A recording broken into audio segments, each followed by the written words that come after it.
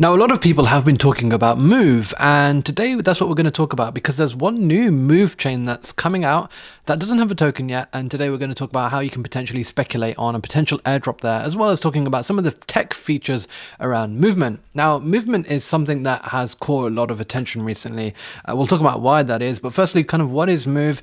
It's this new modular execution environment, and they have a couple of chains. They've got something called M1, which is basically this tech stack infrastructure layer that can potentially handle 100,000 TPS. And then you've got M2, which is basically this chain on top of that. And it uses the Move programming language, which is something that we've talked about before when we've looked into Sui, which you can find on my channel as well.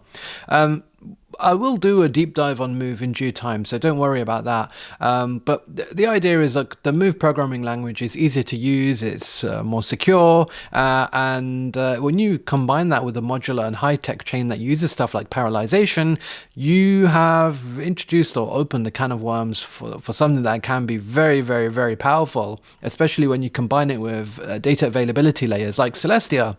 And that's probably one of the reasons why they've been able to raise $38 million with some of the top tier VCs that you can see, the likes of Polychain Capital, Robot Ventures, Placeholder, DAO 5. These are like your top tier VCs, and I think there's certainly a lot of hype around movement. Now, of course, they're not live in terms of a mainnet, but they do have a devnet available right now, so we will talk about that in a second.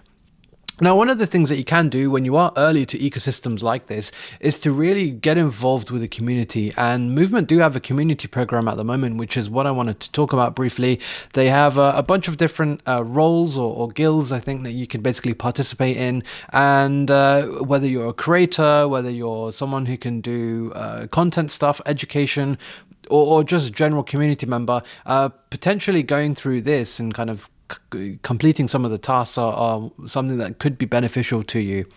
And one of the reasons why I think this is because when you actually read this document, and I'll leave a link to this in the description below, it talks about the program perks for this Movement community program, and it tells you about all of the different things like Discord roles, NFT whitelist, featured content, blah blah blah blah blah. And at the bottom, and there are more benefits we can't talk about yet. Winky face.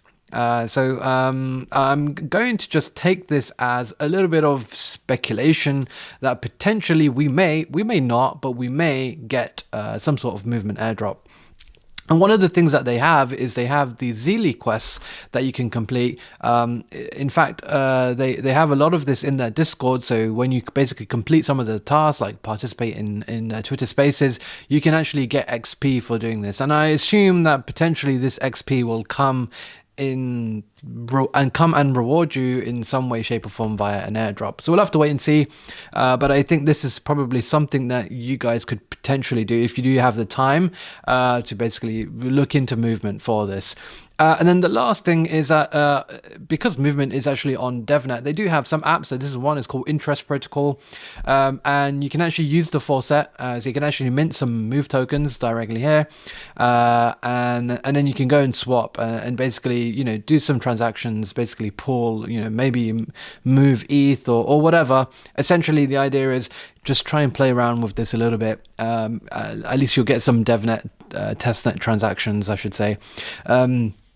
So yeah, I think that's pretty much all I'm going to cover today. I don't want to spend too much of your time. I think you'll get a much deeper understanding on Movement when I do my deep dive in due time. But yeah, let me know what your thoughts are. Let me know if you're farming it or if there's any other ways that you can potentially farm Movement. Let me know in the comment section below. Smash the like button, subscribe to the channel, and we'll be back with plenty more educational content in the near future.